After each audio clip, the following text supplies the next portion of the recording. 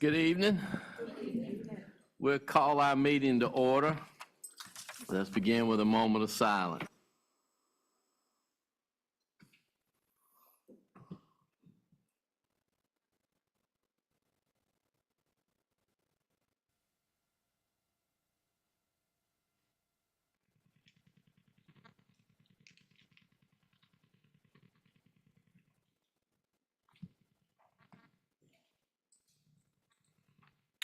Let's all stand for our Pledge of Allegiance. I pledge allegiance to the flag of the United States of America and to the republic for which it stands, one nation, under God, indivisible, with liberty and justice for all.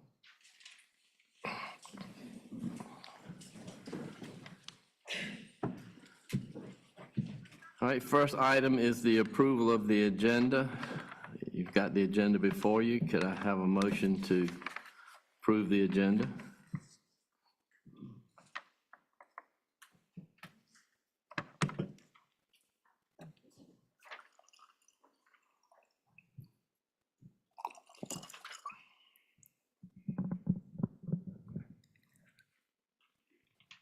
Chairman Martin, I make a motion to approve the agenda. Okay, could we get a second? Second. All right, all in favor signify by saying aye. Aye. I, Broadnax Taylor. Aye. Motion is carried. Aye. Oh, sorry, Kevin. Yes, motion is carried. Conflict of interest statement. Would you read that for us, Attorney? In accordance with the rules of procedures adopted by this board in section 153A-44 of the North Carolina General Statutes, it is the duty of every member present to vote on all matters coming before the board, unless there is a conflict of interest as determined by the board or by law. Does any board member have a conflict of interest with respect to any agenda item coming before the board today? If so, please identify the conflict and the board will consider the matter. No conflict, Broadnax Taylor. No conflict. No conflict. No conflict. Okay, we'll proceed on. The next item, we will take a recess from the regular meeting to go into our Board of Equalization and Review. Okay. Good evening. Good Good evening. evening. I am before you this evening to reconvene the Board of Equalization and Review. The minutes from our last meeting, June the 2nd, 2025, was included in your package. I'm before you to get a decision on the appeal that was brought before you all on June the 2nd. Okay, first, do we need to approve the minutes? Okay. Can I get a motion to approve the minutes of the last Board of Equalization and Review? Chair Martin, I make a motion that we approve the minutes from the last meeting for the Board of Equalization Review. Do I have a second? I'll second. All right. All in favor signify by saying aye. Aye. Aye. Aye. Aye. Aye. Okay, minutes are approved.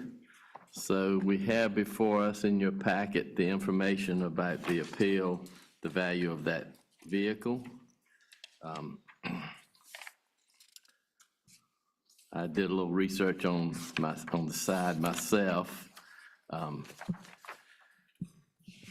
He presented a Carfax report with a trade-in value, a retail value, and all these different things. Tax value is supposed to be based on dealer retail. So with his information, he had a dealer retail of $33,950.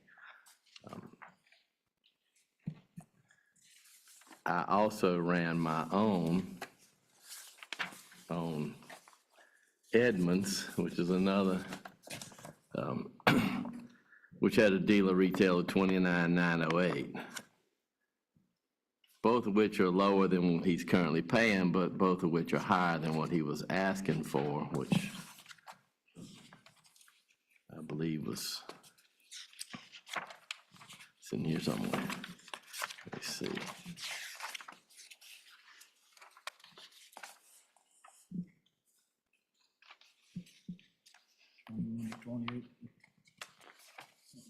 Yeah. I think he specifically said he wanted to go back to what it was, which was 27, yeah. 27,048.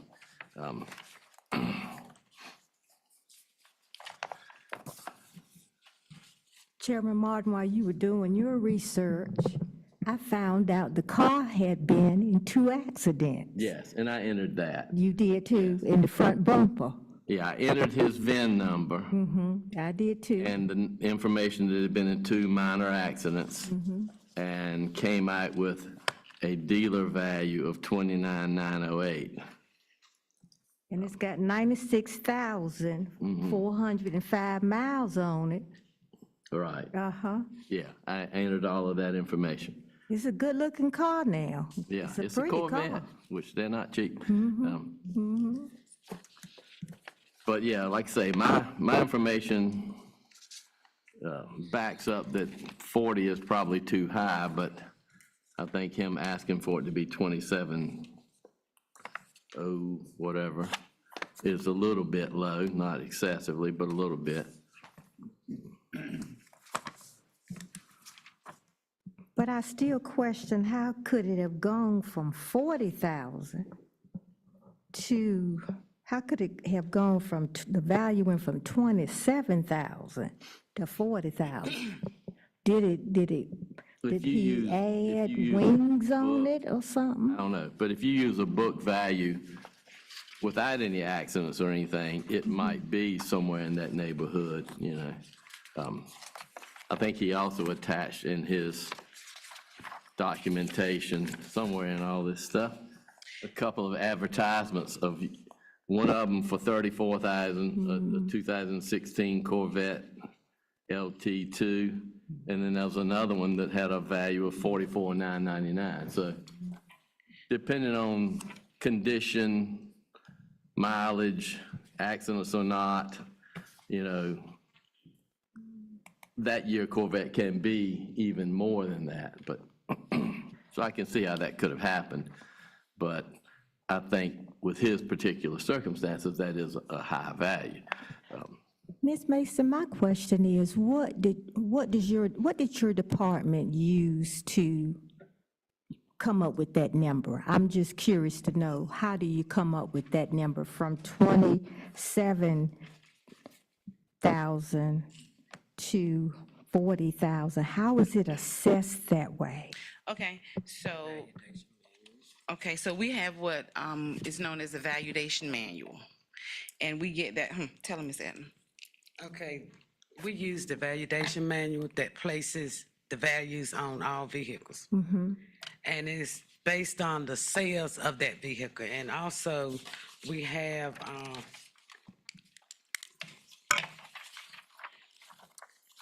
I contacted Travis with DOR, and I would have to get my glasses to read it. Yeah. Okay, so our values come from the state, and Travis Isaac is the one who's over that for NCDOR. He says there were 16 sales that comprise the value. This particular vehicle was not a dealer sale at the time the vehicle was purchased. Used car values are up across the board. These are prices, there's some prices here that were found online. Mileage could impact it as well as the sales reflect the market. It has been in 2 wrecks, but repaired with aftermarket parts. So we plug it into and consider the fact that it has been in an accident, it has the mileage on it, and it produces a value. And when we put the mileage in, it did not change. the age of the car and the mileage balanced itself out. It was no adjustment for the mileage of that car. How long has Mr. Norman been dealing with this issue? When did he first come with us with this? How long has this been going, this back and forth been going on with Mr. Norman in this car? Well, let me see. I would say maybe about January 2025. So about 7 months?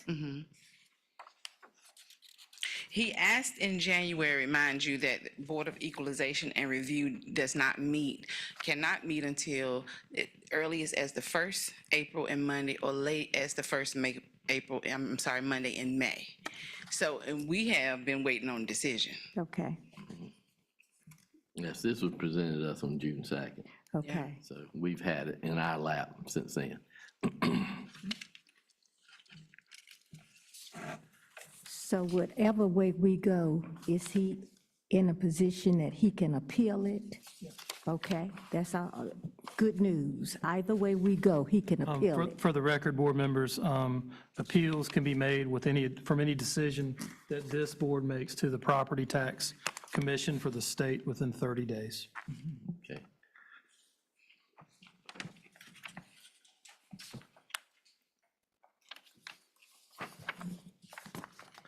One last question, Ms. Mason. Do we have in Northampton County a special committee made up of members that do appeals for motor vehicles? Have we ever had a committee made up of members just to do motor vehicle appeals?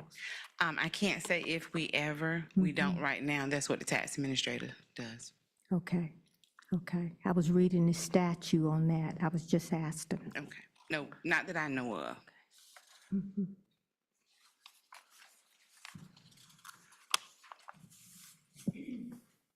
I was kicking around some numbers this afternoon and looked at what if you just kind of averaged the Carfax retail value from his report of $33,950 and the Edmunds dealer retail of $29,908, that would give you $31,929.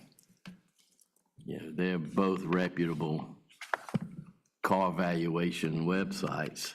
And when I ran the one on Edmunds, I put in his VIN number, the two accidents, average condition, those type of things. And that's what came out. But his own that he turned in was $33,950 for retail value, so I think it should be more than the 27 that it used to be, but I do think the 40 is excessive, but that's up for us to decide. Does anybody else have any recommendations or suggestions or? I think 40 is very excessive at this point. I think that's excessive.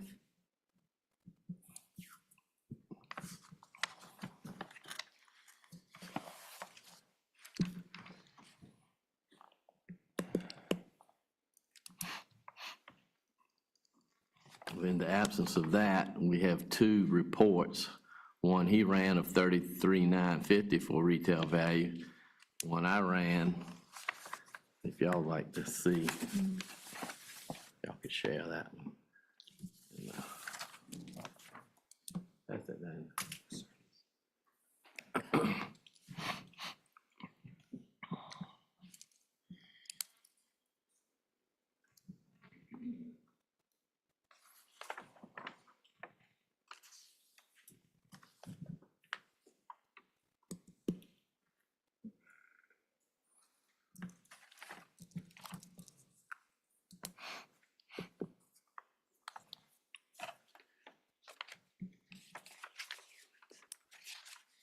Any recommendations?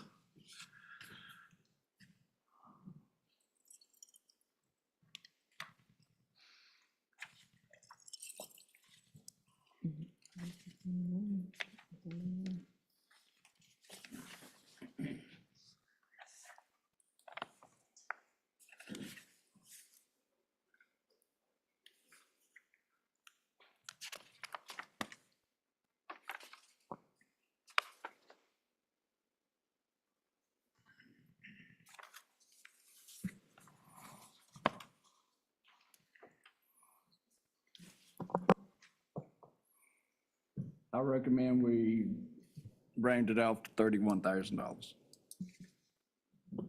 Okay, would you like to make that as a motion? I'll make a motion. Okay. Do we have a second? Second. Any discussion? If not, all in favor of assigning the value of 31,000, signify by saying aye. Aye. Aye. Aye. All opposed?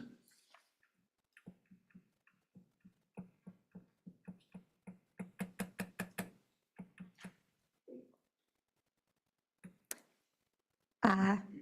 Okay, so 4-1. Oh, you vote? I'm going. you're in I'm favor. going Okay, aye. I'm five. sorry. Okay, Aye. all five, aye, okay. All right. We'll assign a value of 31,000 to it. Okay, all right, thank you. And at this time, I will adjourn All right, the Board of Equalization Review for the 2025 calendar Okay. year. thank you. Thank you. All right, we will now go back into our open session of our meeting. The next item on the agenda is citizens' comments. Citizens, if you've signed up when you're recognized, please approach the podium. Your comments will be limited to 5 minutes. The chair will cut off all speakers exceeding their allotted time. If you have any questions of the board, you'll receive a response from the Board of County staff. The board will not respond or otherwise engage in a dialogue with you during your allotted time. Pursuant to North Carolina law, this time is allotted on the agenda for the purpose of allowing public commentary on county business. This is not an open forum to be publicly critical of the performance of any county commissioner or county employee, and the chair will maintain the order and decorum of the meeting. Sylvia Vincent.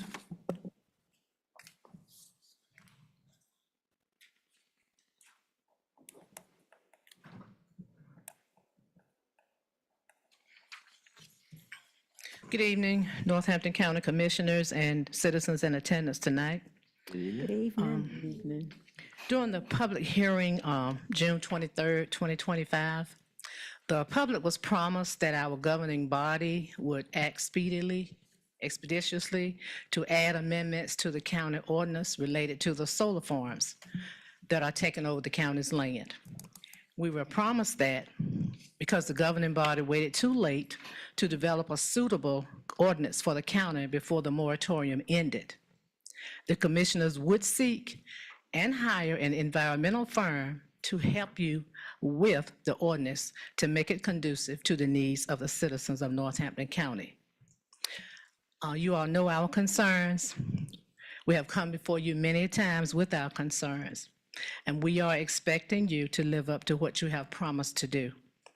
When you make your board comments tonight, please tell us what progress has been made to amend the ordinance that addresses solar farms in Northampton County.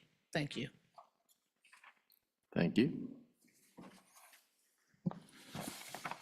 Earl Daniels. Mr. Chairman, board members, prior to the meeting, I did put 2 documents in front of each of the commissioners. One is a written request on some questions I asked at the last meeting regarding the position of acting secretary to the board. Those questions deal with why does the county have such a position? How does the county come to fill that position? And thirdly, what is the authority the county has been given for him to fulfill that position? So I provided that to you in writing in expectation of a response. The second document I provided to you is what I plan to speak on tonight, and that's the oath of office of county elected officials. It has been said that one's character and integrity can be determined by the manner in which they honor their oath. It is assumed that elected officials do fully understand and are committed in the words in their oath of office. It is assumed that elected officials do not take their oath of office lightly and view it simply as a ritual for holding an elective office. It is assumed that elected officials will support and maintain the laws of the United States and the Constitution and the laws of North Carolina. And it is assumed that elected officials understand their oath of office to be sacred by virtue of the fact it concludes with the words, quote, "So help me God." Facts. Random House College Dictionary defines the oath as one's determination and promise to keep the truth. A formally affirmed statement or promise accepted as an equivalent to appeal to God.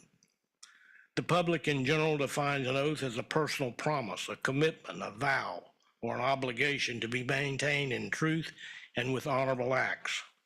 In general, the public views one's oath as sacred words to be honored to the best of one's ability. If one's oath is not a ritual, nor viewed to be trivial, how do you reconcile your actions to honoring the oath considering the following actions? Permitting the hiring of employees who do not meet the basic qualifications of the job description. Permitting employees to exceed their time restrictions for qualifying for their job. Permitting employees to violate the terms of their employment contract.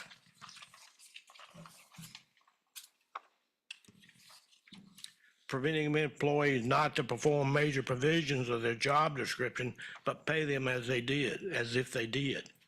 Permitting the adding of fraudulent amendments to an employment contract will permits the execution of an unauthorized action that results in unauthorized expenditure of county taxpayer dollars.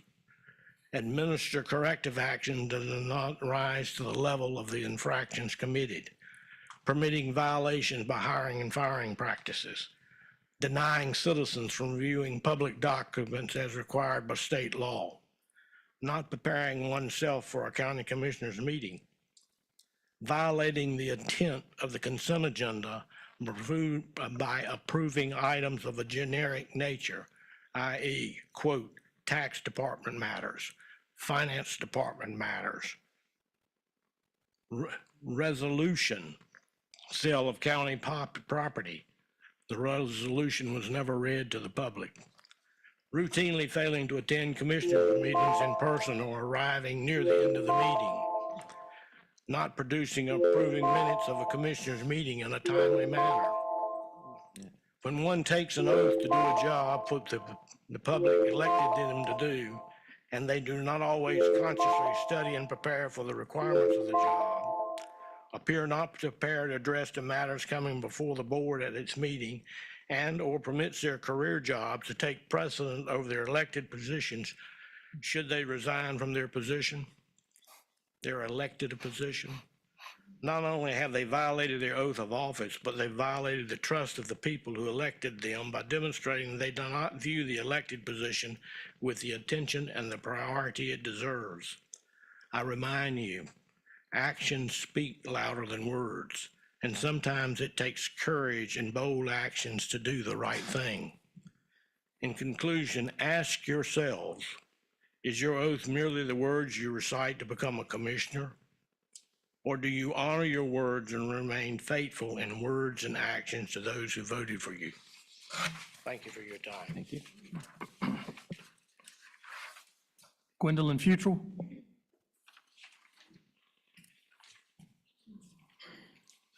Good evening, Mr. Chairman, Vice Chairman, and Board of Commission and Northampton County citizens. I know that Dr. Whitaker has already thanked you all, but I want to thank you personally because I had talked to some of you personally, and you received a letter from our secretary. But I just want to thank you for supporting us for the Liberation Day for Northampton County. Thank you so very much. Not only just supporting us, but your presence. Your presence meant a lot to us, to see our county officers there with us. We want to thank you so very much, and all of our citizens that came, thank you so very much for supporting Liberation Day for Northampton County. We will be having it another year, next year, because it is an annual event. So we'll be looking for you also. Thank you again. Thank you. Those are all the comments I have. Okay. I'll just make a couple of quick comments. We did approve the amendments that were presented that night to the zoning for the solar farms. And we have had some conversations with the environmental attorney that Judge Quashipa recommended, is that not correct? Yes. Nothing has been decided yet because we got to approve it, to expend that money, but we are looking into that. And also, Mr. Daniels, your first item you mentioned about the acting secretary, that has been answered. I believe you sent an answer to that today, is that correct, Scott? Yes. So. I have not heard the answer.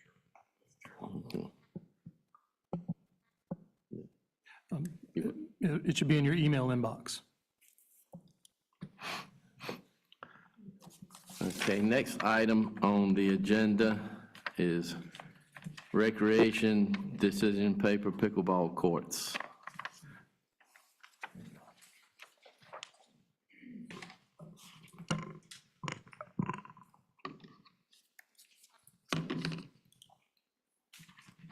Good evening, Chairman Martin, Vice Chair Edwards, Commissioners, County Manager, and citizens.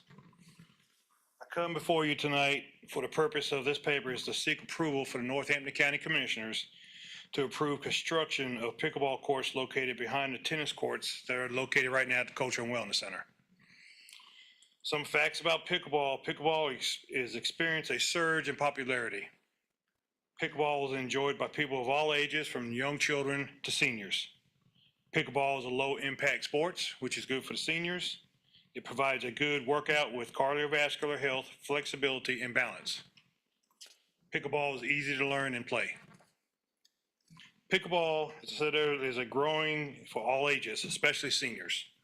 The pickleball courts will be placed behind the existing tennis courts that are already have lights in the area. The funding for the pickleball court will come from the Northampton County Travel and Tourism. Executive Director Dick Colliard and the Travel and Tourism Board approved the funding for pickleball courts. There are no pickleball courts located in Northampton County. There is some in Hereford County and there's one in Halifax County over by the senior center. This would be a great asset for our citizens in the Recreation Department. The Northampton County Recreation Department and Cultural and Wellness Center recommends that the county commissioners approve the construction of pickleball courts. Okay, anybody got any questions? From your sketch, are you proposing 2 courts? Yes, right now, 2 courts. And then if it really takes off, we may look at adding 2 more. Okay. Anyone else have any questions? I got a question. Did you do any type of, you're right, pickleball is trending up in Durham, Raleigh, Charlotte. A lot of my friends play pickleball. Was any type of survey done here, or how was this proposed? Citizens is approaching me. The Yeah, citizens? citizens approach me. Yeah, I got at least 1 or 2 here that's, Okay. he's been on me for over a year to get, he went somewhere and he started playing and some, they go over to Halifax or Hereford County and they ask if we could get something around here for them to do instead of having to travel to other places. Okay, so you had some citizens approach yes. you with this? Okay. Do you have any idea, you didn't give us any type of numbers or any kind of estimate or anything, how much this would cost, I or? want to get approval first of it's in order to do the construction, but I've had somebody come out here and we're looking at about $38,000 a court. That's just for the courts. And then you got to put your fencing and everything else up.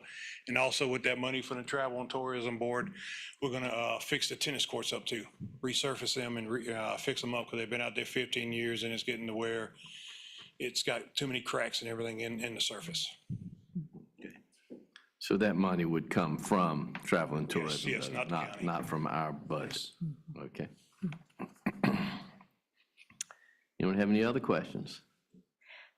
How would this be available for all citizens? What is the strategy to make it available to all citizens? Well, it's open to the public regardless, and lights are out there all the time, so they can't cut the lights on when they come. And I may look at maybe getting some kind of box out there for a timer, where they're not running all the time. But yeah, once we get it, we'll start looking into programs, because also with the veteran officers, we're looking at doing something with the vets. with competition. He wants to have competitions between Army, Navy, and stuff like that, and get the vets out to get, physical and get out to do stuff. But it will be advertised and it'll be open to the public at any time, like the tennis courts are now. Do we have that many people out there, Mr. Roberts, playing I'm tennis? not gonna say there's some out there, but not like it used to. Most of them going towards pickleball now because it's low impact compared to tennis. The courts are half the size of a tennis court, so it's a little bit easier on covering the court compared to, playing tennis. Okay. I mean, we do have, the high school one time was using our courts, but they don't have a tennis team, but we do have other schools using our courts during the year for school tennis. Would these pickleball courts be available to our young people who wanted to learn how to play Yes, ma'am. pickleball? Yes, ma'am. Okay. Mm-hmm, Out there in Jackson, right behind the tennis courts. mm-hmm.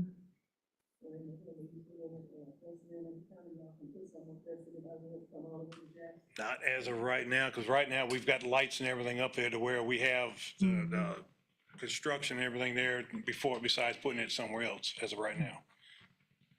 So we start one place and then we could branch out once we figure out how well it's gonna take off.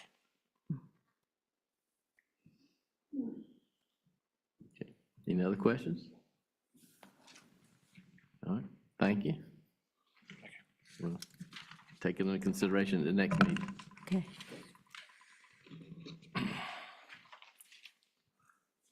Public Works.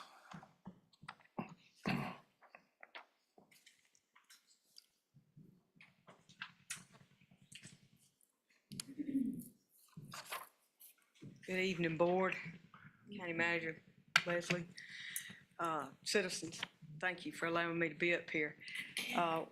What you have before you is a decision paper with, and I think you were provided some information there in front of you as well. Public Works has a company that handles customer accounts. And the software that's involved in that, of course, is evolving.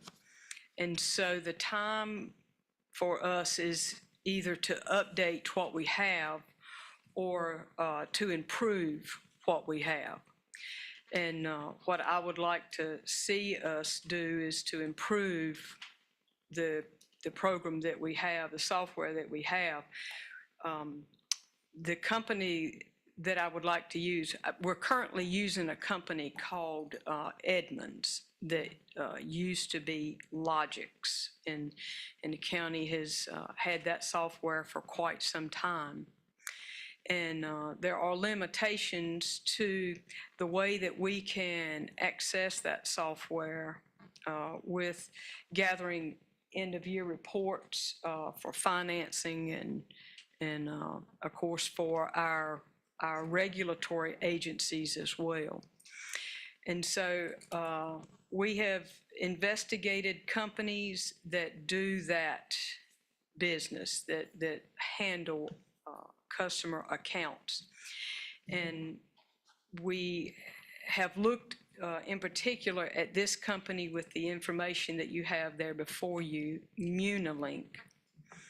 And in looking at that software, it would assist us in the office with being able to draw reports from our customer base that would aid in setting rate structures, that would aid in end-of-year reporting, end-of-year account information. But the biggest thing that I see from Munilink is that it will allow the citizen to be more involved with their utility. And this particular company will work with our new meters that we are implementing throughout the county. And so if you've had opportunity to look through some of that information, but just quickly, it will allow the citizen to make payments through their portal. And so now, if you wanted to set up a bank draft information, you would have to literally write your banking information on a piece of paper and give it to me and hope I don't lose it. But then I would have to then input your bank information into our current software to make a bank draft. With this company, Munilink, it allows the customer to put in their information if they choose bank drafting. It also allows the customer to put in their own information if they choose to make recurrent payments. Some people don't like the draft, to draft their account, but they want to put information in for recurrent payment that just has to be authorized. This software will allow the citizen to set a reminder. Has this bill been paid?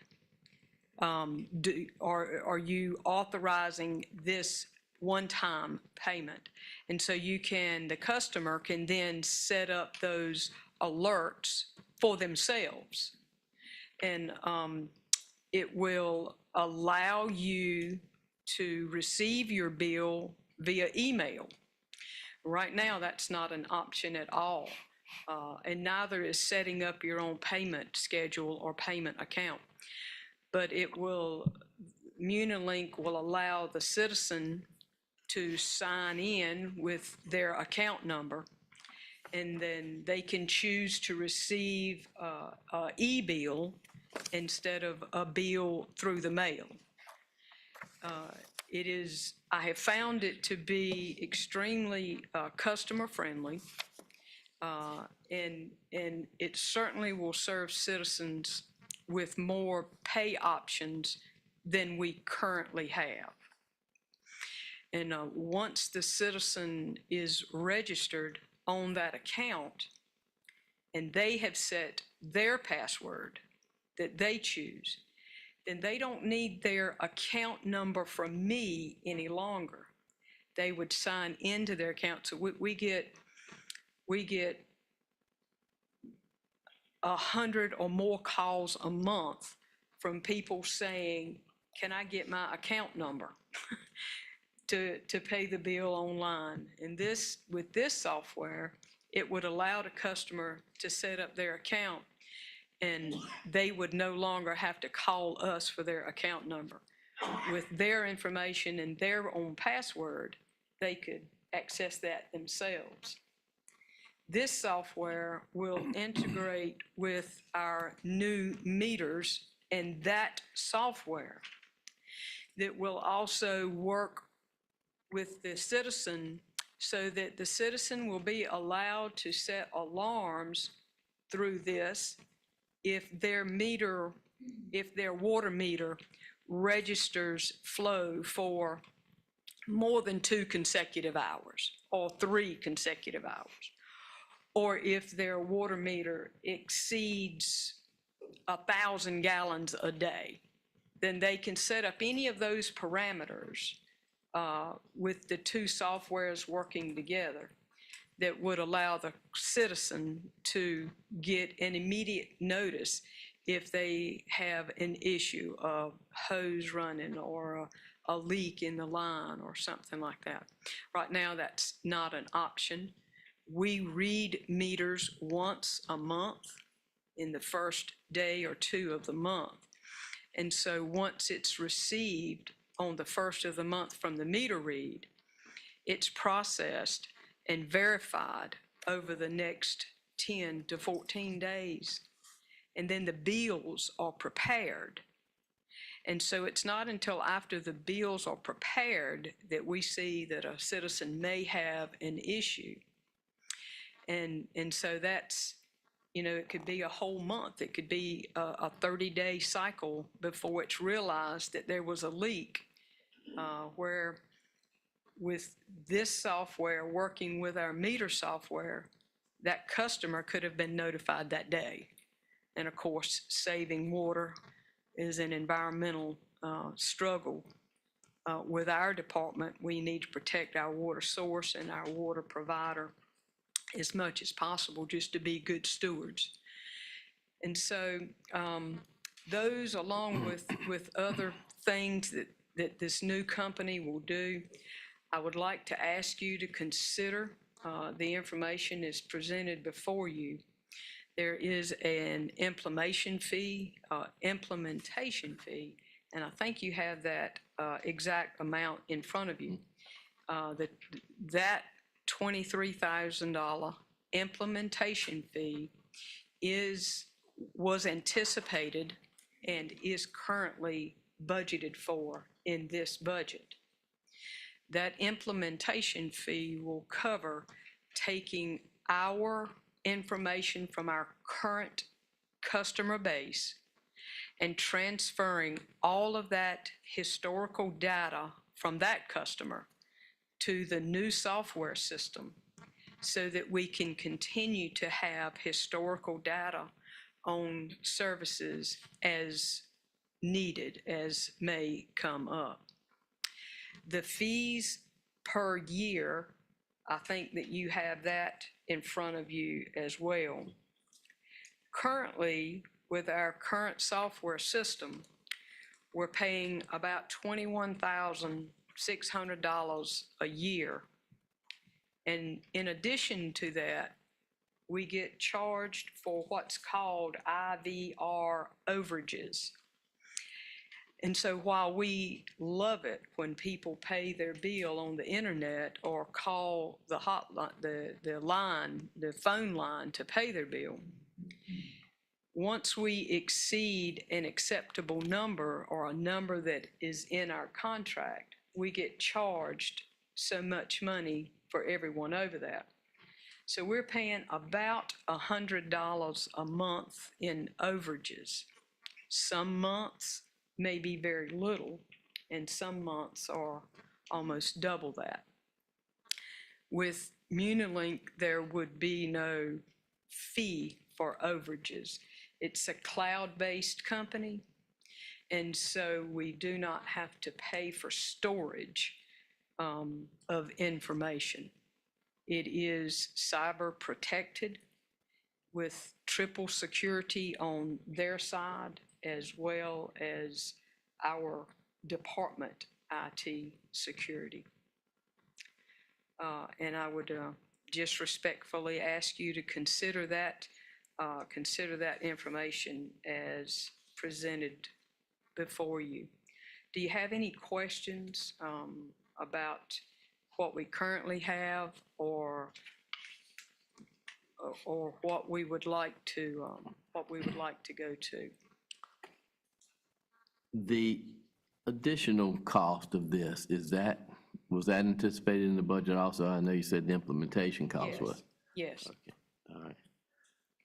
I like the customer interface ability, and the leak alarm, I think, is wonderful because my son had a leak.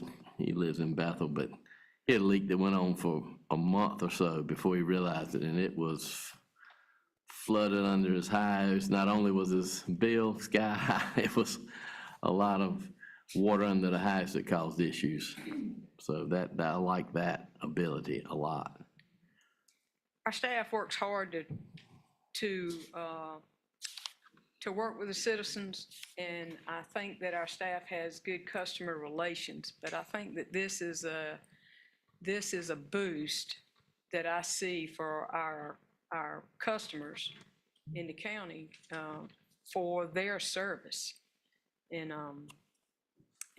their ability to be more involved with what's going on in their own setting.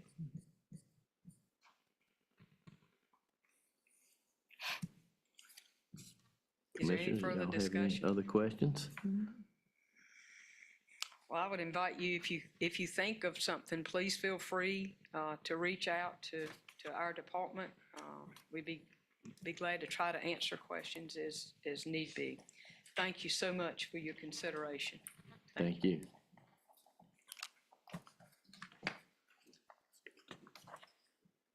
All right, next item, Veterans Advocacy Commission application.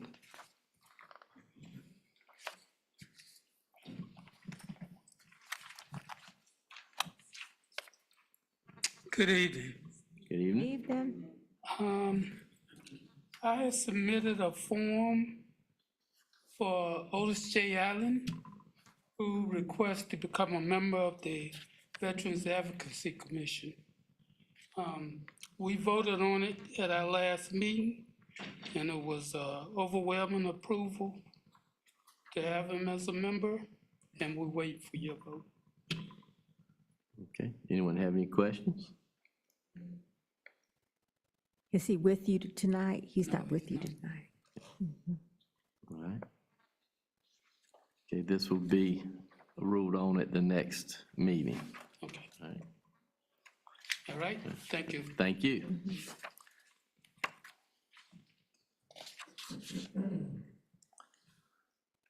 Okay, Register of Deeds.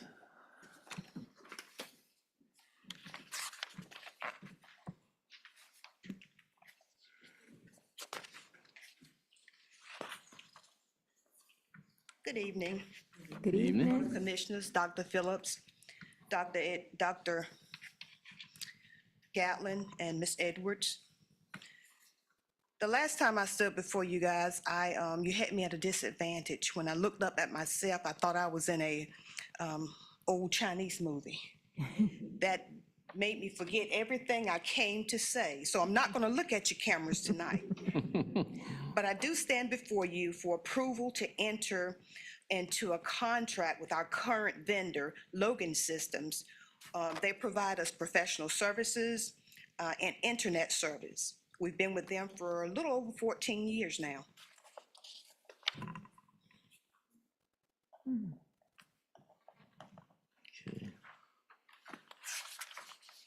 Okay, so this is just a continuation of the services you've been doing? Yes, Is there an increase in the cost? yes, there's a little increase in the cost. They haven't increased that cost in over 10 years, I believe. But there is an increase in the cost this time. And that's in your packet. Okay. Was this anticipated in the budget? No, Okay. and they are aware of that as well. I told them I would try.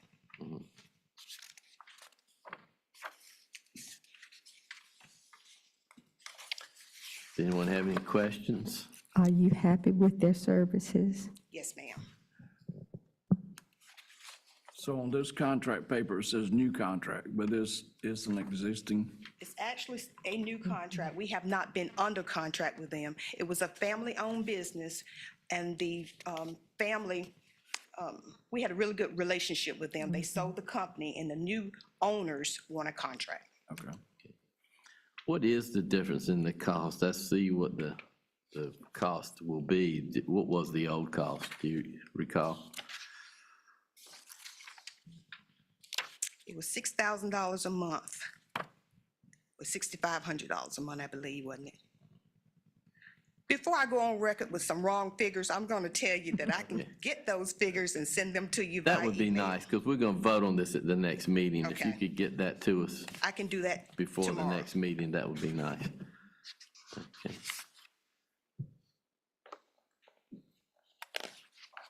Anyone else have any questions? All right. Well, if not, then thank you for your presentation, and we'll take it up at the next meeting. Thank you very much. Thank you.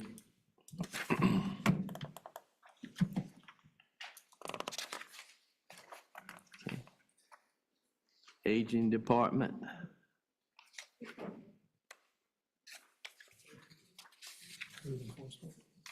Oh, did I miss it? Oh, excuse me, Code Enforcement first, excuse me. I skipped one. Code Enforcement.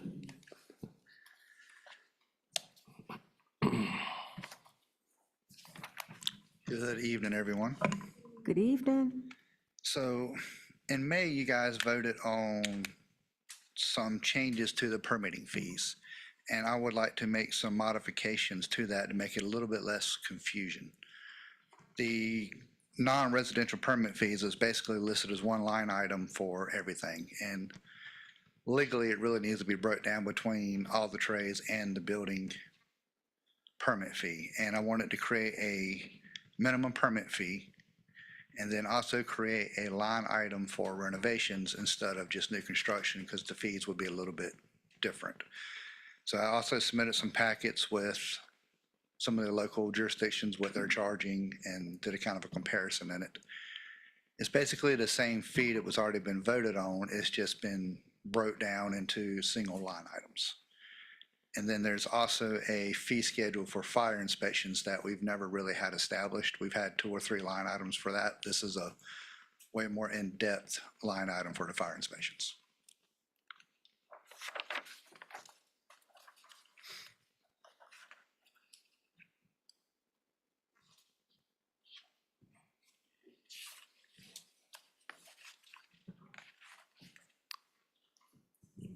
Looking at your sheet here, so where you've got the so many dollars per thousand, and then the minimum, that fee to the side is what you're proposing as the minimum? Correct. Yes, sir. All right. And there's also, back, I don't know, I think in 2016, they had another line item where if it got over a certain dollar amount, the commercial project could be a little bit cheaper to give them a break on the price. That's something that we could look at establishing to help with these bigger projects. We don't get a lot of them, but it does kind of help make it a little bit reasonable.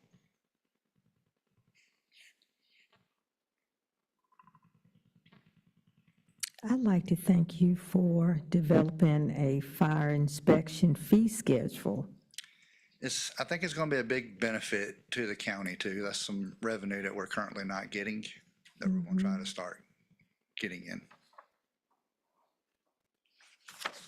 So if we haven't been doing that, what's been happening?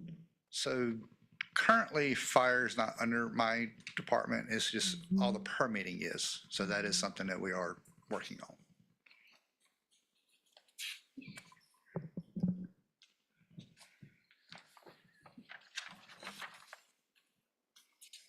Anybody have any questions on the breakdown or how we got to where we were or anything like that?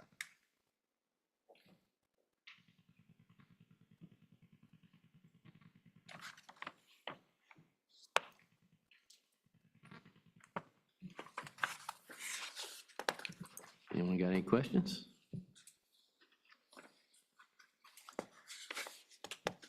Do you have any proposal on, as you were saying, a maximum and then a reduction over a certain size? Have you thought about? I think last time, and it's hard to find the old record on it, I think it went up to $10 million, then it went down to a number, then from 10 million to 20, it went down to a different number. So it's kind of however the board wants to see it. Once you get in that high of a number, the permit fee is pretty substantial anyway, so it's not like we're losing any kind of money. It's just trying to make it a little bit fair. Right.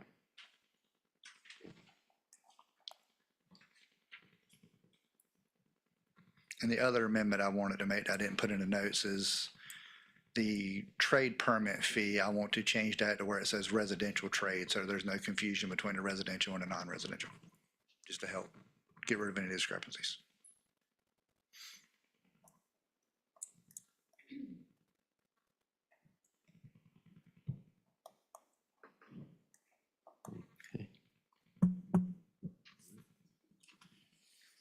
Anyone got any more questions? I just want to thank him for sharing the comp so that we could compare to what other counties are offering as well. So thank you for including that. And some of those, like I said, they're so outdated. It's just, so I had to go a little bit further out of our area to get some things, but, Right. and they're, most of them are currently working on them as well. Right. I appreciate you sharing that. Okay. All right. If anyone thinks of any questions between now and next meeting, if you would just contact Mr. McAllister, and so we'll have all the information we need before the next time. Do you want me to try to come up with some sort of better breakdown when you get over the higher dollar amounts? If and you just- could, and then share that with us, that would be nice. Okay. If you got some suggestions for us to consider. Sounds good. All right. Anyone else? If not, thank you for Thank you your for your time. presentation. Thank you. Okay, now the aging department. Got ahead of myself before.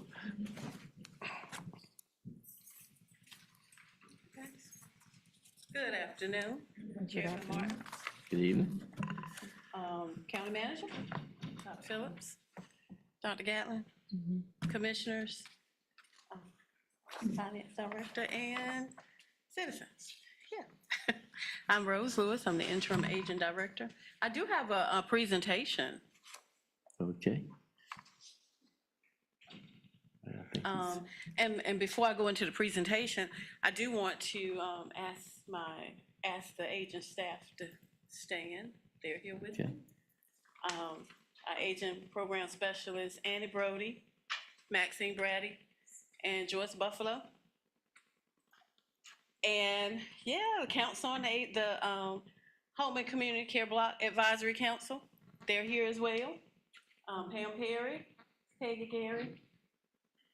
Carey, Talisha Edwards, Phyllis Saxon, Sabrina Thomas. And then we have, in the absence, Chuck Youse and Jeanette Walker. Okay. Thank you. Ms. Walker's here. Ah. Ms. Walker, I'm sorry. Then Ms. Saxon is absent. There you go. Okay, so I did want to recognize them for attending as well. So just a little presentation on the agent, Northampton County Office on Aging. We're located in J.W. Faison Senior Center. Yeah. Is there someone doing, oh, okay. Yep. There you go. So as you know, we are the focal point. We're striving to be the focal point within the county for older adults and their families. Agent is here to assist with many needs of older adults with information, referral services. The agent office is also lead agency for home and community care block grant services. That's why I asked our council to stand. They are charged with filling out, they did fill out a priority ranking scale, and we meet as well. The office on aging is located within J.W. Faison. Go to the next one. And that's a little about the home and community care block grant services. HCCBG funding is for socially and economic challenged older adults, 60 years of age or older, comprised of in-home and community-based services intended to develop and enhance comprehensive and coordinated community-based systems of services, opportunities, and protections for older adults. All 100 counties in North Carolina receive those funding, although depending on the county, they may provide different services. So our HCCBG providers in Northampton County are the Office on Aging, which provide nutrition services, and this upcoming year, Senior Center Operations. Northampton County Department of Social Services, medical transportation that get you back and forth to the medical appointments, in-home level 1 and 2, consumer directed services, adult daycare and adult day health, and Help for Hands and Hearts with housing home improvement, which is mostly ramps. Now, the role of the Senior Center is to connect older adults to vital community services that can help them stay healthy, active, and independent. And I must say, we love collaborating with other departments and local agencies. More than 60% of the senior centers are designated focal points for delivery of Older American Act services, allowing older adults to access multiple services in one place. J.W. Faison's goal is to work in partnership with other community agencies, organizations, and businesses to provide access to an array of opportunities for older adults to stay safe, active, and healthy. Check-in. So we do have my senior center where the seniors come in and they check in, and they can kind of designate what they're there for. And I just wanted to give you a little bit of statistics because we ran some statistics from my senior center. And there is a margin there of error because everybody that come into the senior center don't check in. We might have someone that just walk in. So from July 1, 2024 to June 30th, 2025, according to the summary statistics, there was 1,843 participants that checked in. 79.5% was female, 20.5% was male. And keep in mind, that is the number of people that actually scanned their badge and checked in. And then I went back and I ran the statistics. We did the statistics from July 1 to July 30th, 2025. And we had 45 check-in for classes and workshops, 30 check-in for fitness exercise, 158 for nutrition, with a total check-ins of 233. 76.5% was female and 23.5% was male. So those are, again, and what we're doing is we're actually trying to make sure that everyone that comes in and that participate on a regular, we gather information on them so they can get a My Senior Center card. And we'll begin running reports monthly on that. You go to the next slide. Okay, activities. Monarch. Through our Monarch grant, we were able to purchase raised bed kits, and we have a raised bed garden in the back. It looks a lot prettier. That's a picture of when we first started. I got one of the staff contacted me, just a little caveat there. One of the staff contacted me and they sent me a picture and they said, "This is supposed to be a cucumber." It was a cucumber, but it wasn't like your average cucumber. It was yellow and it was round. It was a specialty cucumber that they grew out there. Painting, crafting. You go to the next one. Quilting and crocheting. That's something that happens on a regular, the quilting and crocheting. Digital literacy, these are some pictures of our digital literacy class where Ms. Chavis with CADA, on behalf of CADA, came. And those are certificates. At the end of the class, they receive certificates. And digital literacy is ongoing. So we've had a couple classes since then. That's just the hosted events, the Agent Expo and the Alzheimer's Caregiver College. Very hands-on. As you can see, the seniors were actually painting with canvases. They did the music therapy. Access to resources and information through resource fairs. And so we received phone calls for emergency assistance where we refer out to different resources to help with utility bills. Transportation, we've been able to access transportation as well through CPTA, emergency expenses, family caregiver services. We are pushing to start a very active family caregiver support group in the county. NC Medicine. This is an event that I was actually very excited that we were able to host this in Northampton County. This is the first time this event was actually in Northampton County. We had lots of volunteers, Halifax Community College nursing students, NC Central came. We were able to reach 756 people. 717 was served directly, 39 with homebound. They gave us statistics, and what we found, 39.57% had private insurance, 19.72% had Medicaid, and 13.36% of the attendees had Medicare. 5.4% had both Medicare and Medicaid. 22.31% was uninsured. When we did NC Medicine did their statistics on it, they also went in and they said approximately 102 people could possibly have avoided visiting ER by receiving the over-the-counter medications that they did. And there was like 153, what's that, $1,000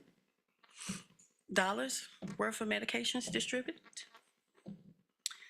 We had health screenings. The Healing Tide did 40 A1Cs, 20 vision screenings. North Carolina Central University did 40 blood pressure checks. The Food Bank of the Albemarle distributed 2,364 pounds of cabbage, 1,400 pounds of watermelon, 1,764 pounds of corn, 576 pounds of peaches, 520 pounds of bell peppers, and 460 pounds of eggplant, and 800 pounds of yams. So it was a really awesome day. We had the Rural Health Group there, Insight, North Carolina, giving out lock boxes. Halifax DSS, Clean Water, ECU Health. Lots of volunteers, lots of vendors. Seniors on the go. We had about 50 of Northampton County seniors journey with us over to the agricultural building over in Halifax. And we joined in with Halifax Agent, and we had a little, you see the seniors were line dancing, had a little socialization, a little fun over there. So it was an awesome event. Spring Fling. Home delivered meals, we have served approximately 19,760 meals to homebound older adults this fiscal year. J.W. Faison received grant funding from Monarch, and we called it Let's Stay Connected. Those are volunteers that came in, and that's Ms. Edwards with Monarch. Yes, Ms. Edwards there in the green. She came over and helped us pack those boxes there with crayons and puzzles and lots of goodies. We even had our seniors at the site say, what are those boxes for? So it's for homebounds, unfortunately. So we was excited about that. Congregate meals. Garysburg, we've been able to extend 40 meals twice a month to Garysburg to seniors. They eat at the town hall. Gaston Community Center started on July 1, twice a month. About 40 meals over to Gaston to the community center. Congregate meals, people ask, that's where seniors gather and they eat at the same time in a setting. The overview, we're dedicated to the service and support of senior adults who reside in Northampton County. The Office on Aging is located, as I said, at J.W. Faison Senior Center, 110 Ridgecrest Lane, Jackson. We provide a comprehensive network of services for older adults, 60 years of age or older. Representatives of older adults and their caregivers residing in Northampton County. The Office on Aging is lead agency for home and community care block grant funding. We provide senior center operations, housing, home improvement, limited to ramps, consumer directed services, in-home aid, adult daycare, adult health, medical transportation, and nutrition services. And also, senior health insurance information counselor is available by appointment basis to assist Medicare beneficiaries with Medicare questions and prescription drug plan enrollment. Currently, we have someone that comes over from Access East. I am a certified SHIP counselor. I'm glad to be at the senior center because we had somebody walk in and I was able to assist. They didn't have to wait for their appointment. And also, I will say that the staff has signed up to be SHIP counselors as well. Special activities include Lift on Mondays and Wednesdays from 10 to 11, crafts Tuesdays and Thursdays from 10 to 11:30, crochet and quilting on Thursdays, 10 to 11, digital education classes on Fridays from 1 to 3, beginning August the 1st, topic digital telehealth. Upcoming each second Thursday of the month, beginning August 14, 10 to 12, bring your smartphone, tablet, whatever, take time to learn basic computer skills.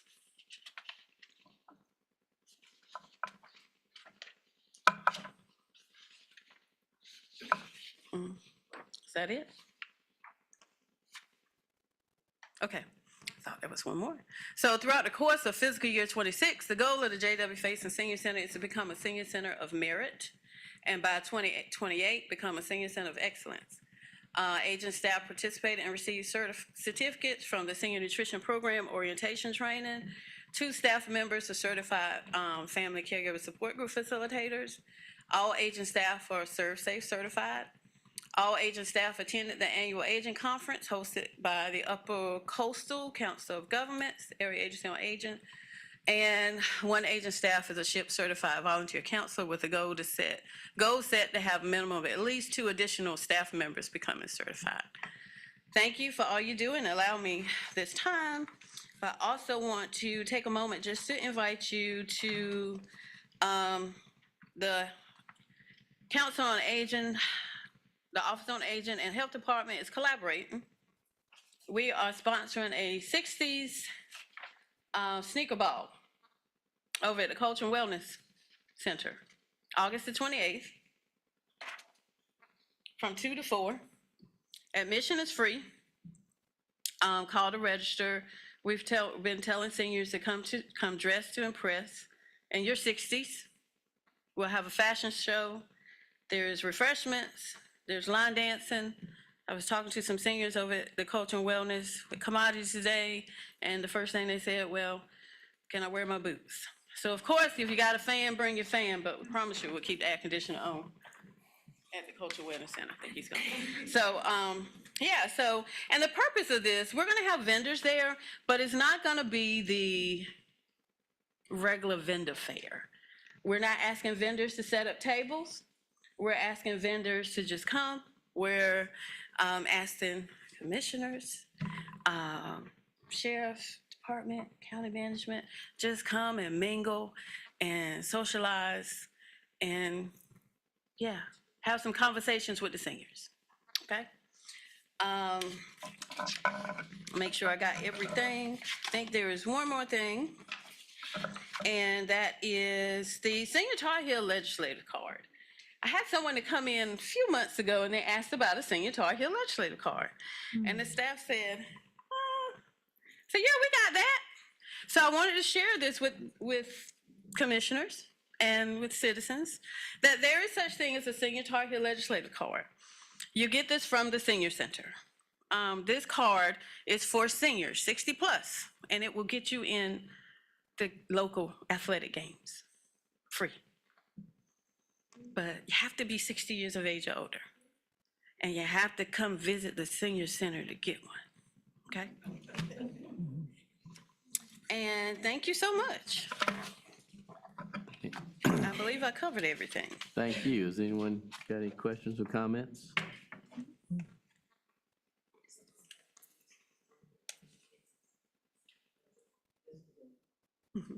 Yes, ma'am. Have you considered, I saw you had mentioned dementia in your presentation.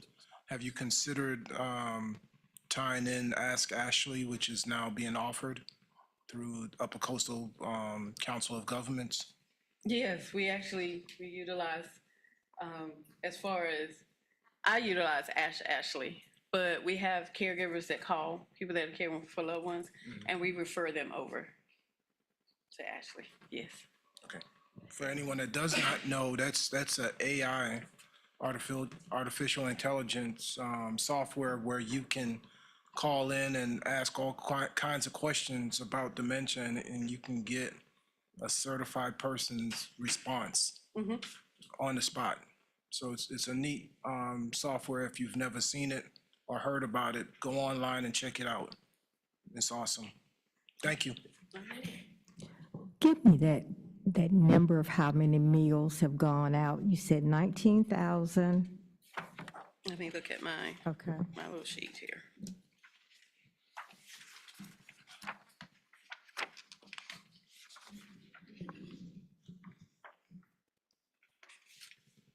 I wrote down 19,760 meals. 760, yep. I've noticed that they've been having some problems with the gas tanks or whatever in the county. Does that have anything, does that hinder your people in the aging department, when they have to go deliver the meals to seniors in the community with the meals, does that bother you all in any way? It haven't, to my knowledge. Mm-mm. When do you all when do you all do that? What time do you all do that as a team to go out and deliver those meals? So these meals are frozen. They receive 5 meals a week. So we have one route that goes out. Ms. Annie goes out on Tuesday and Thursday, and Max go out on Wednesdays.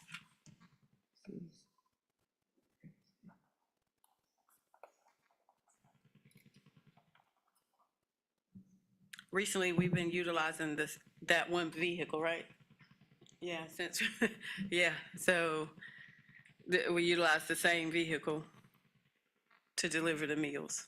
One staff member goes one day and the other staff member goes another day. How do you handle it if a person or one of your seniors says to you that I'm hungry, I didn't get enough to eat with that one tray? With that one tray? Yes. Well, they get 5. So they get 5 at one time. Well, we haven't, have you all had that situation happen? Yeah, because we haven't had that situation happen, but if we had that situation happen, I would actually find them some food. Okay. We will search the food pantries. We will contact the Area Agency on Aging. They actually just got a program called the PEAS program that, and then there's also a program called Compass that we have access to through the Area Agency on Aging that can actually purchase them some food for insecurity. But I would, actually, we find some resources. Did y'all change the size of the trays or something? Because I got some of my Seaboard folk went somewhere and the trays had changed. Was that true? Well, the vendor did. We actually the trays that was being used were metal trays that were really not conducive to microwavable. So now they are plastic microwavable trays. Okay.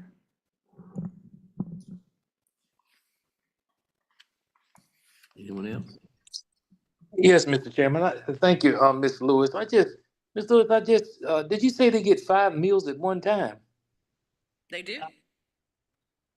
Okay, so I visited the Office of Aging after the meeting. I was not under the impression that they were getting 5 meals at one time. When did they start? They've always got 5 meals at one time. I think now this last, since your visit, we did 10 meals, kind of to get the meals out of the freezer because we were a week behind. But yes, they get 5 meals at one time. And that lasts them for a week. And on your schedule, does somebody go east and west? Because I heard you say about the van, one vehicle. And I was under the impression that there were 2 different vehicles that go out on 2 different days. There were 2 different vehicles that were going out. But I switched it to 1 vehicle because we have some issues going on with one of the vehicles.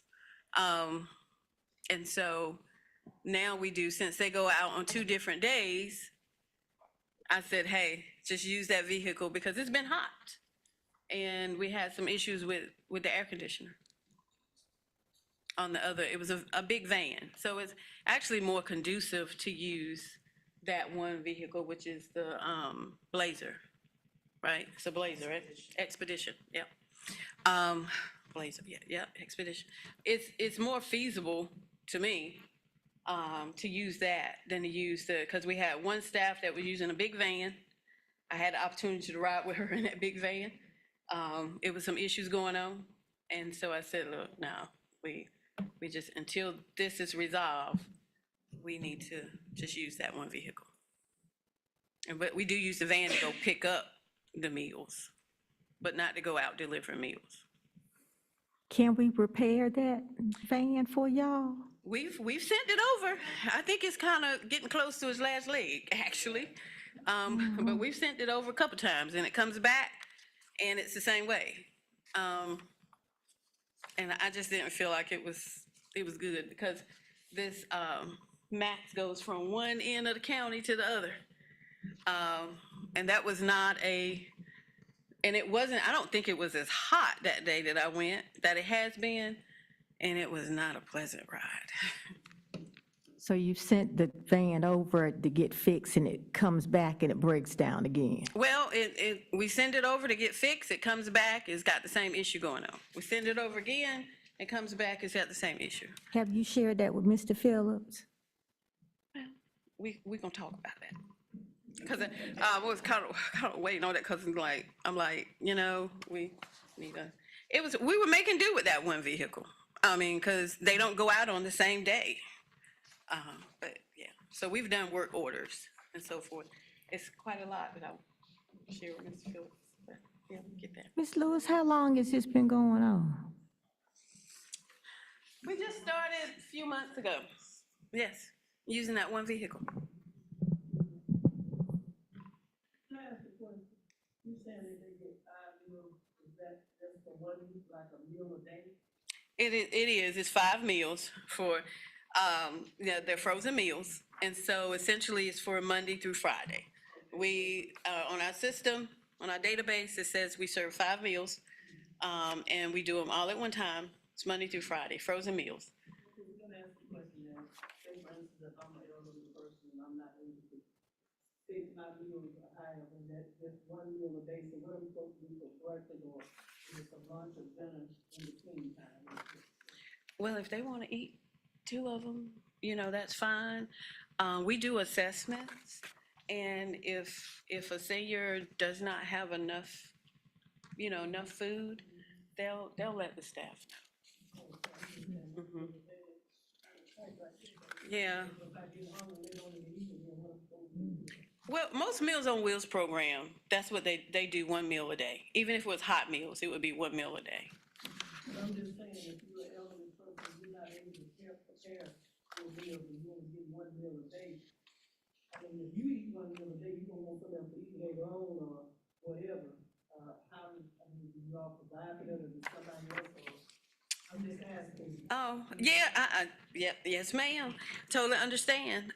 So the way the Home and Community Care Block Grant is designed, it is designed to assist older adults, and to keep them out of independent, out of to keep them living home independently as long as possible. When we run into a situation where we have somebody that, unfortunately, if we have somebody that is to the point where they don't have family, they don't have any other option where anyone could come in and fix them a meal, or then, that's kind of out of our scope, Home and Community Care Block Grant scope. Mm-hmm.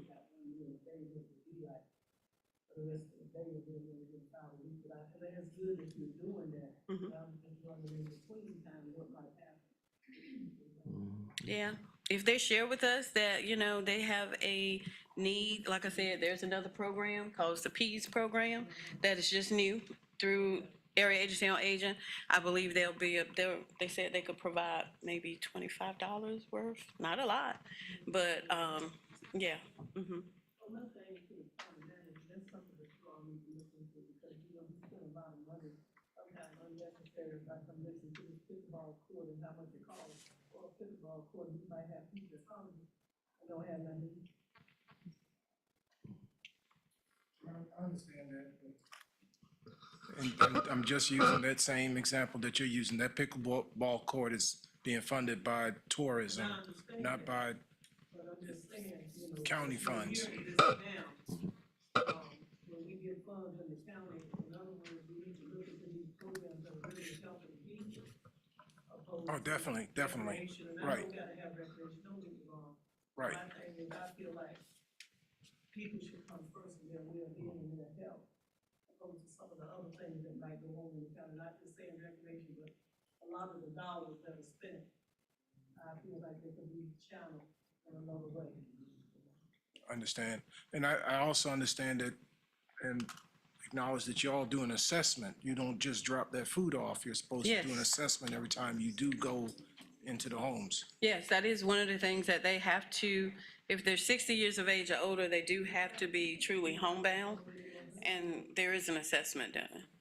And again, if there's someone that is in the home that need 24-hour care, home and community care block grant, those services are to assist. They don't fully take care of the whole need, right? Mm-hmm.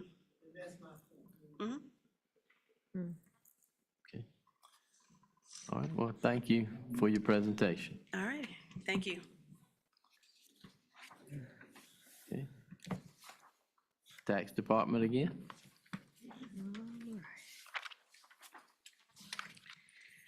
Good evening. I am back before you. On behalf of our taxpayers, I have 3 decision papers and 13 resolutions. So I am before you to obtain the board's approval for 2 appeals, 2 ad valorem appeals in the amount of $1,499.53.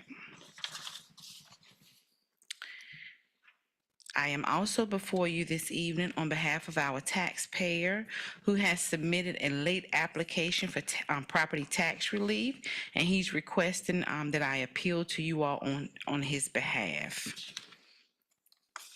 He has written a letter of explanation, and that is included in your package.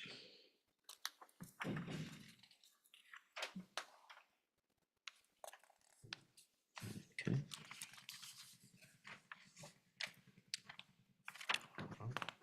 And he meets the qualifications, he just was late applying. Yes, sir. Is that, Well, actually, before I can even find out if he meets the qualifications, I need you to say it's okay for me to take his okay, application. okay, all right, Because it was late. okay. But I don't mind bringing taxpayers' late applications before you all Okay. at all. Also before you, on behalf of our taxpayers, to request the board's approval for 10 motor vehicle refunds in the amount of $693.56.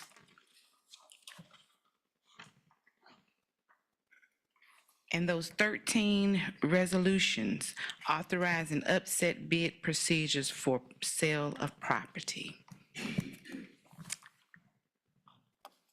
That is all that I have to present to you this evening. Jackson. Seymour.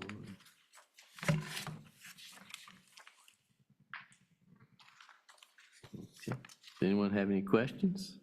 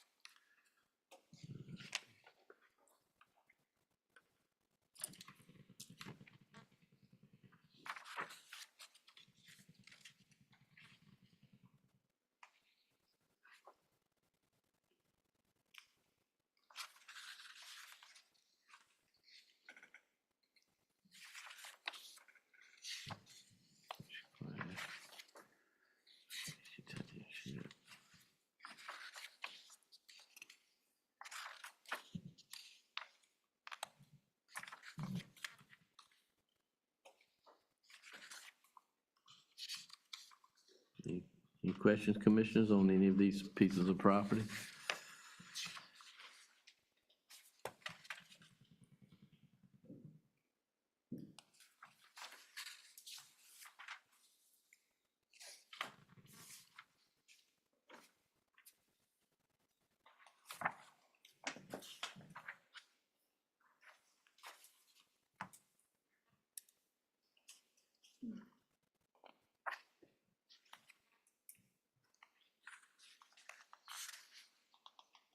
If not, then thank you, Okay, Ms. Mason. thank you.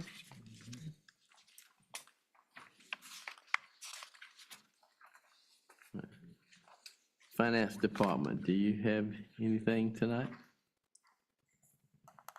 Okay. County Manager. Good evening again, everyone. I just have a couple of things I wanted to share on behalf of the excuse me, DSS Department. I have a note from Director Rhonda Taylor. Says our state regional director came on July 22nd, 2025. The consult summary that she sent back to DSS and to the state child welfare state staff says that Northampton County's MOU data is the best that she has seen yet. 100% in every category except child support, and that would be impossible. Says that she was very impressed. She said that this is a testament to the staff and the work that they do. Also, she oversees the regional director oversees more than 25 counties. So out of 25 counties, she says she's never seen a report as this. So they received 100% in every category except for child support. So just wanted to give them their kudos on that. Anytime you can have some reporting like that, consider it best practices that others can look at and glean from it. And also, I just want to mention that Ms. Becky and I attended a SERCAP training. SERCAP is the Southeast Rural Community Assistance Project Incorporated. They come in and they actually do pricing analysis for water and wastewater management systems to ensure that our pricing is correct. And you want to make sure that your pricing is correct from a longevity point of view, because what you're expecting to happen from your pricing is that in your pricing, you're covering your depreciation or your fixed costs and not just your overhead or your operating cost. You're building up reserves for the future. One of the problems that we have, not just in Northampton County, but countrywide, counties are having problems with their water, wastewater infrastructure, and to have to reinvest in their infrastructure when they break down, not if, but when they break down. So the correct thing to do is to make sure that your pricing is correct, that you're building reserves for the future, and that you monitor that. You should be looking at I know you all did a study several years back. One of the questions that came up during the class is, how often do you think you ought to be doing this study? And I shouted out at least 3 to 5 years, and 3 to 5 years is appropriate to look at your capital investments and to ensure that you're actually priced correctly, that you have a reserve built for your future needs. You can't wait until it's broken to try and fix it, especially when it comes to water infrastructure. You'll find yourself in deep trouble. So it's something that we have to do from a due diligence point of view. SERCAP will come in. They're going to work with Becky to actually do the analysis and give us a report. So it'll be an independent report that they'll be able to come and present to you all to let you know where we stand today. And again, that's just something that you ought to be doing every 3 to 5 years, just to make sure that your pricing is set. If you go and you look like the Orange counties and the Wake counties, they do this periodically. And they know that they have to continue to look at pricing and make sure that they're adequately set to ensure that they cover not just, again, the operating costs, but your capital investment, depreciation, as some people know it. That's all I have for tonight. I just wanted to say to all the citizens, thank you again for coming out, showing your interest in the county. I know you do it because you love Northampton County, and you ought to be proud of where you live, where you work, and we thank you for showing up. Have a good and safe evening. Thank you.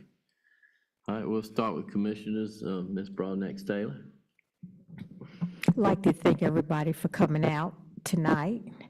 Thank you for what you do for Northampton County to make it a better place to live and thrive. Had the honor to go behind the bus, the Northampton County Schools bus. They went around to different places, giving out book bags and ices to the different townships in the county, and that was fun to see the smiles on the young people's faces and their parents. And that really, really meant a lot to not only the kids, but to me, to see them happy as we get ready to go back to school. Many of you don't go on Facebook, but they're getting ready to have opening houses, open house now, and that's really exciting to me as an educator. This will be the first year that I don't go back as an educator, and that is good for me. But I plan to go back anyway, to just be a part. Final thing is, I like to thank you all for having patience and having patience with waiting on certain things from us. You ask things from us, and it seems like forever to get any kind of relief when you asked us to give you anything. And for that, I appreciate your patience. And I understand how it feels because where I'm sitting, it seems like it takes a long time to me as well, because it feels like there's no sense of urgency to do anything. So I want you to know you're not out there by yourself, because it appears like there's no sense of urgency. And that is something we need to work on. Not last night, not the night before, but this night, when it comes to not getting things done in a timely manner. I don't understand that. Our citizens deserve better. We're not living in a horse and carriage age anymore, where you got to wait 2 and 3 weeks for the mail. I'm not understanding that, as there's no sense of urgency. So I apologize, and I'm sorry. And thank you for attending. Commissioner Whitaker? Okay.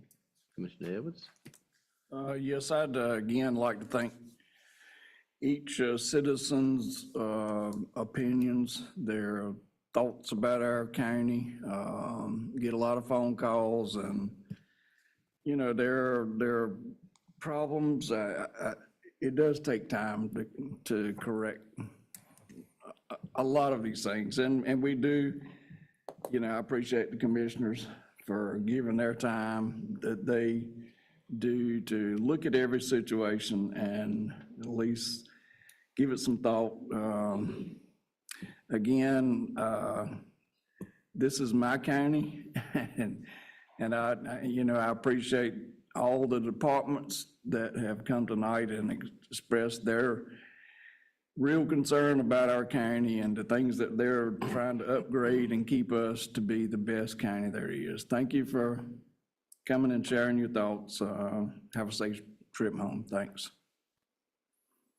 Okay. Vice Chairman Edwards, would you like to make any comments? Hey, just briefly, Mr. Chairman, thank you for the opportunity. Echo what Commissioner Broadnax Taylor is saying, sense of urgency. We appreciate our citizens coming before us with our concerns, and I mentioned in our last comments about action. And so we have definitely want to keep on the radar screen the component about the solar farms. And again, and want to thank Attorney Scott McKellar for getting in touch with Attorney Bryce from the recommendation from Judge Washipi, so we can get our ordinance looked at. I want to thank a conversation for having, in Viva for having conversations with us as we had that meeting, and all the things that the citizens come to us. Again, it is takes time, but we will develop a higher sense of urgency to get your matters addressed in a timely manner. And as we look around the county, the whole component about the morale in the county. Want to look at how we can address our employees' morale as they come to work daily to work for the citizens of Northampton. And looking at that component, do our due diligence to make sure that all things are being done for our people that come put in a 8 to 5 or in some cases at DSS overnight when we have foster children and for our deputies who sometimes have to go overnight when they have to take different citizens to different places as it relates to mental health. And call for action, and we appreciate you. Thank you. Thank you, Vice Chairman. I'd like to thank everybody for coming out tonight, and we do listen. Sometimes the wheels turn slowly, but we are listening and working on things to try to make the county better. Could I get a motion to go into closed session? I move we go into closed session, GS 143-318-11A4 EDC report. Got to get a second? Second. All right. All in favor signify by saying aye. I, Brian X. Taylor. Aye. Okay, we will now go into closed session.